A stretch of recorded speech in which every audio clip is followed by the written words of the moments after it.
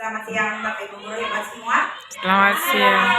Ya, terima kasih sudah datang memenuhi undangan saya untuk pada siang hari ini. Nah, pada siang hari ini saya akan berbagi praktik baik tentang budaya positif. Ya, tentunya kita sudah tahu budaya positif yang ada di sekitar lingkungan sekolah kita. Ya. Ada beberapa hal yang saya dapat dari kegiatan atau program guru penggerak ini. Kebetulan, jadi saya berbagi dan kita sama-sama berdiskusi bagaimana budaya positif yang sudah kita terapkan di sekolah kita, yaitu di SD Negeri Contoh. Oke, masih semangat? Masih. Oke, baik. Saya lanjut ke slide berikutnya. Berikut yaitu tujuan dari kegiatan kita pada siang hari ini. Baik, tujuannya adalah agar kita mampu memahami peran kita sebagai guru dan juga membangun budaya positif di lingkungan sekolah kita dengan menerapkan konsep disiplin positif dalam berinteraksi dengan peserta didik. Berikut kesepakatan kita pada siang hari ini. Tentunya yang pertama, menghargai pendapat rekan sejawat. Kita saling menghargai. Dan yang berikut yaitu kita mengikuti kegiatan siang hari ini berbagi praktik baik sampai jam pulang sekolah. Jadi kalau lonceng pulang kita juga langsung pulang. Ya, kita menyesuaikan karena ini sudah siang. Baik. Saya lanjut. Apa itu sebenarnya budaya positif? Nah, sebenarnya kita sudah tahu budaya positif itu apa. Ya, coba saya minta beberapa ibu guru menyampaikan budaya positif itu apa? Ya, kita ada di sini. Budaya disiplin menurut saya itu yang pertama itu disiplin waktu. Terus yang kedua, sebelum mulai pelajaran kita cek perlengkapan siswa-siswi atau peserta didik. Yang ketiga itu ramah dan sopan. Ini itu saja menurut saya. Oh, ya. Terima kasih Ibu Fani atas pendapat tentang budaya positif. Baik, yang disampaikan Ibu Fani betul sekali. Ya, budaya positif yang sudah kita terapkan di lingkungan sekolah kita, yaitu di SD Negeri Contoh. Baik, di sini saya sampaikan sedikit apa itu sebenarnya budaya positif. Nah, budaya positif adalah nilai-nilai, keyakinan-keyakinan, dan kebiasaan-kebiasaan yang ada di sekolah kita, yang sudah kita buat, yang berpihak pada murid, agar murid itu dapat berkembang menjadi pribadi yang kritis, penuh hormat, dan bertanggung jawab. Ya, yang kedua, budaya positif diawali dengan sebuah perubahan paradigma, teori tentang kontrol. Nanti sebentar kita akan belajar bagaimana kontrol seorang guru dan juga menyelesaikan sebuah kasus tentang budaya positif jika kita melanggarnya menggunakan penerapan kata segitiga restitusi. Nah, selama ini barangkali kita di sekolah, kita sebagai seorang guru juga merasa berkewajiban mengontrol perilaku siswa agar memiliki perilaku yang sesuai dengan harapan kita, yang sesuai dengan keinginan kita. Nah, terus perwujudannya, guru sering memberikan hukuman kepada siswa yang melakukan kesalahan dan memberikan imbalan terhadap perbuatan baik yang dilakukan siswa.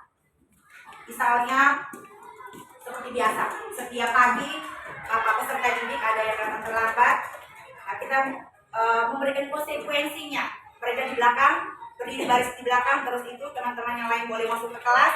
Kita memberi konsekuensinya adalah memilih pungut sampah. Iya atau Ibu? Iya. Iya, baik. Jadi siang hari ini saya berbagi praktik baik bagaimana kita menerapkan budaya positif. Kita merubah semua apa yang kita sudah lakukan di sekolah kita. Dengan sekarang kurikulum merdeka itu berarti menegaskan kepada kita bahwa kita itu belajar merdeka belajar. Kita mencari tahu masalahnya apa sampai yang terlambat dengan komunikasi yang baik. Kalau dia terlambat pasti ada punya alasan. Kalau memang dia terlambat, orang-orang yang sama saja dia terlambat terus, kita bimbing dia terus. Karena belajar itu butuh proses. Baik, saya lanjut. Berikut adalah konsep-konsep kunci budaya positif. Yang pertama, DISPOK itu saya singkat saja, yaitu disiplin positif. Disiplin positif dan nilai kebajikan universal. Itu seperti apa? Ya, baik. Saya ambil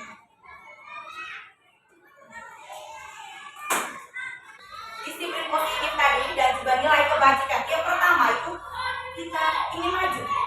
Kalau memang kita ingin maju, berarti sedikit-sedikit, perlahan-lahan, ubahlah sikap dan perilaku kita. Kalau kita ingin maju. Yang kedua, mengabdi, memperbaiki. Berarti bagaimana? Mulai sekarang kita bagaimana cara-cara kita untuk mengubah kerangka yang sama yang kita buat. Model komunikasi yang paling dasar untuk merespon rangsangan dari luar itu stimulus respon. Dan juga yang kedua adalah teori kontrol. Berarti menuju hasil yang ingin kita harapkan, yang ingin kita inginkan, yang ingin kita capai bersama. Saya ambil contoh, misalnya stimulus respon ini. Realitas kebutuhan kita bersama. Semua orang melihat hal-hal yang sama. Kita mencoba mengubah orang agar berpandang sama dengan kita. Dan juga perilaku buruk dilihat sebagai suatu kesalahan. Nah, di sini saya ambil pertama yaitu ini. Perilaku buruk dilihat sebagai suatu kesalahan. Ini stimulus respon. Ini yang kita lihat dari luar. Nah, sekarang teori kontrol yang ingin kita capai. Semua perilaku memiliki tujuan. Ketika siswa kita melakukan sebuah kesalahan, kita langsung menuduh bahwa kita harus mengamati dengan diam ketika laku. Ini kok anak ini memang betul nakal. Begini. Kita langsung mengambil konsep atau langsung memberikan titik bahwa dia begini. Tapi sebenarnya tidak. Kita sama-sama belajar bagaimana kenapa sampai dia tidak aktif atau apa yang kita omong dia tidak pernah ikut. Pasti ada sesuatu. Dan kita mencari tahu di situ latar belakang anak itu bagaimana sehingga anak ini mungkin butuh perhatian kita. Itu kita sama-sama mencari tahu supaya apa harapan kita tadi bisa terwujud. Ibu Merdeka ini menuntut kita bahwa kita sebagai guru harus lebih kreatif dan menggunakan lingkungan sekolah kita yang ada di kelas kita bebas, dan anak pun juga dituntut belajar bebas, merdeka. Dan kita lebih kreatif dengan cara seperti apa? Kita pertama memahami dulu tingkah laku mereka. Dari sekarang dengan adanya sesi belajar dulu penggerak, saya akan berusaha untuk menahan kontrol saya sebagai seorang guru. Karena pandangan filosofis Bapak Ki Hajar Dewantara bahwa kita guru adalah menuntun peserta didik. Itu adalah sebuah budaya, di mana kebudayaan itu merupakan proses belajar sepanjang hayat. Jadi sebuah kesalahan itu diarahkan lagi merupakan sebuah proses untuk mencapai hasil yang kita inginkan. Oke, baik. Kita lanjut ke berikutnya,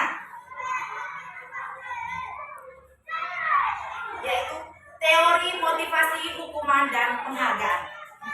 Nah, Bapak Ibu bisa kembali lihat di dalam teks yang saya sudah bagikan tadi. Nah, itu bisa dibaca-baca lagi di rumah. Itu tentang teori hukuman. Di dalam situ ada 9 dihukum oleh penghargaan. Yang kedua, penghargaan tidak efektif.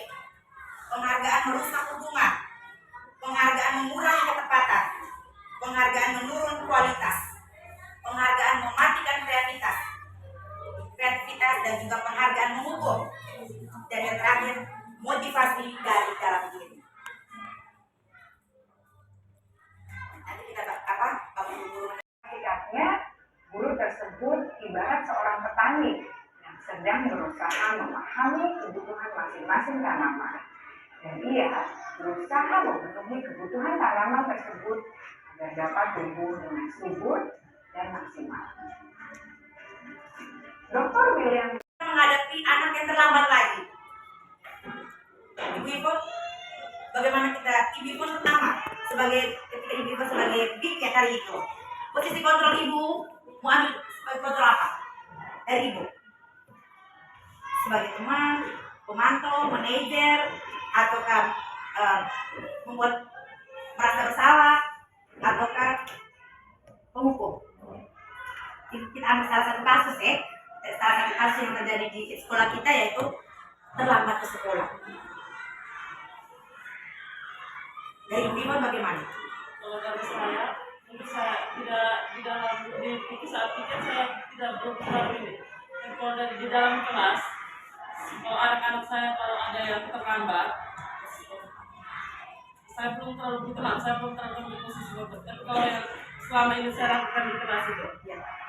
di dalam kelas kalau saat ada anak yang terlambat, konsekuensinya itu siangnya saat mereka pulang, anak-anak itu selalu membantu saya di dalam kelas untuk membersihkan kelas. Jadi anak-anak yang terlambat saat pagi hari, siang harinya bersama saya di dalam kelas untuk membersihkan kelas. Begitu. Sekarang yang saya ingin tanyakan atau sama-sama kita berdiskusi ketika saya menyampaikan atau kita sama-sama menonton tadi penerapan segitiga restitusi. Kedepannya ibu akan membuat seperti apa? Seperti teman. Ibu mengambil posisi kontrol sebagai teman untuk peserta didik. Iya. Terus segitiga restitusi apa yang ibu akan terapkan? Bagaimana? Ibu bisa berbagi. Cerita dulu. Nah, setiap kali terlambat. Ya itu yang sering saya lakukan di kelas. Saya selalu tanya, kenapa kau setiap hari terlambat terus ini? Nah, ada yang bilang begini, ibu saya punya rumah jauh. Nah, sekarang konsekuensinya seperti apa? Karena setiap hari kan anak itu pasti selalu setiap pagi siang itu kan dia selalu minta. Jadi sekarang saya kasihan, saya bilang ibu usah. Jadi saya selalu tanya, kenapa kau terlambat setiap hari? Ibu saya punya rumah jauh. Ada kalanya ibu saya bangun terlambat. Atau saya tunggu kakak. Ada satu yang sering terlambat itu. Saya tunggu kakak. Itu saya tidak bisa adek. Aku harus minta setiap hari aku harus minta dalam jadi kakak kalau saya terlambat, mama atau bapak antar lebih dulu mau ke sekolah. Saya selalu seperti itu. Iya. Jadi itu kan kayak seperti sebagai teman restitusinya seperti Iya. itu loh. Ibu sudah mengambil posisi guru kontrol yang sebagai teman. Ibu sudah sama-sama berdiskusi dengan peserta didik yang bersangkutan tadi mencari jalan keluar atau solusi yang baik. Ya, itu sudah yang disebut dengan salah satu jadi penerapan segitiga restitusi. Ya. Luar biasa sekali ya, Bapak Ibu guru. Jadi saya minta bagaimana pesan atau kesan terhadap saya, apakah butuh perbaikan dari saya atau bagaimana untuk kedepannya sekolah kita seperti apa, kita berkolaborasi. Satu guru, satu kata untuk saya sebagai seorang guru penggerak dan juga untuk kedepannya sekolah kita seperti apa. Untuk setuju tidak kita menerapkan segitiga restitusi ini di sekolah kita? Setuju. Ibu ini bagaimana? Setuju. Nah, pesan untuk saya sebagai calon guru penggerak bagaimana Ibu? Terima kasih. Saya siap untuk berbagi hal-hal yang baru yang saya dapat di guru penggerak.